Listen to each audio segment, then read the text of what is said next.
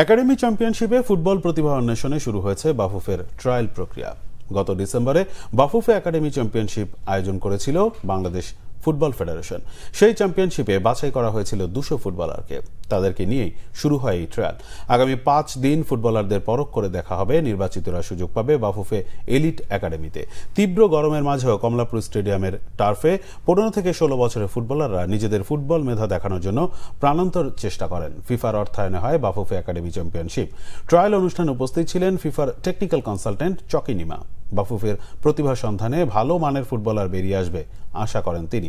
Bafufe elite একাডেমির camp Kamalapur স্টেডিয়ামে। একাডেমির ভালো ফুটবলার যোগ হলে আবাসন সংকট তৈরি হতে পারে, তবে তা মানিয়ে নেওয়ার ব্যবস্থা করা হবে বলে জানান ডেভেলপমেন্ট কমিটির চেয়ারম্যান আতাউর রহমান ভুইয়া মানিক। একাডেমি দলের কোচিং করাবেন নতুন টেকনিক্যাল ডিরেক্টর সাইফুল বারী টিটু।